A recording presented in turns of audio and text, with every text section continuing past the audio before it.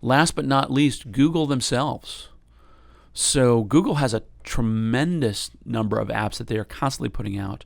And oftentimes, Google's so large that you just sort of don't know that they put out these really great apps. So in the App Store, every once in a while, just go search for Google as the developer. I came across an app. This is something called Intersection Explorer, and this allows people with a visual impairment to get audio feedback on where they are at any given moment so that they don't get lost.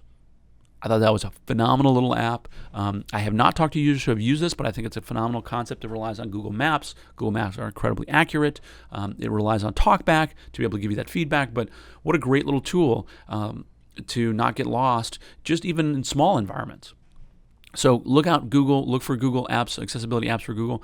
Also, as I've said, Google is in general developing accessibility apps independent of the operating system, and they're installed as a service on top of the operating system. So this bypasses the manufacturer and integrating it with the manufacturer so that anyone who needs it can get direct access to it. And when it's updated immediately. And so it just gives them a more direct access to the end users, and generally speaking is better for the end user in terms of getting the right technology fast.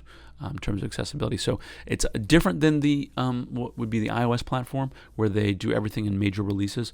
Google does a lot of the accessibility features as inline releases. They just keep releasing new additions, and they do it as separate software.